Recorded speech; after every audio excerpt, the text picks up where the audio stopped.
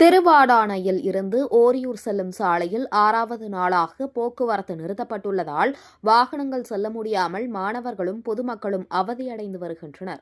ராமநாதபுரம் மாவட்டம் திருவாடானையில் இருந்து ஓரியூர் செல்லும் மாநில நெடுஞ்சாலையில் நகரிக்காத்தான் அருகே இருந்த திரைப்பாலம் மேம்பாலமாக ரூபாய் 5.6 கோடி ரூபாய் செலவில் கட்டப்பட்டு வருகிறது.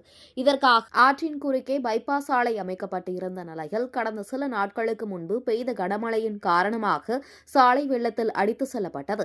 இதனால் முற்றிலும் போக்குவரத்து துண்டிக்கப்பட்டுள்ள நிலையில் 6 நாட்களை கடந்தும் இதுவரை போக்குவரத்து சரி செய்யப்படவில்லை. இதனால் அரசு மற்றும் பள்ளிக்கு செல்லும் மாணவ மாணவிகள் மற்றும் சுற்று வட்டாரத்தை சேர்ந்த கிராம மக்கள் என பலரும் பாதிக்கப்பட்டுள்ளனர்.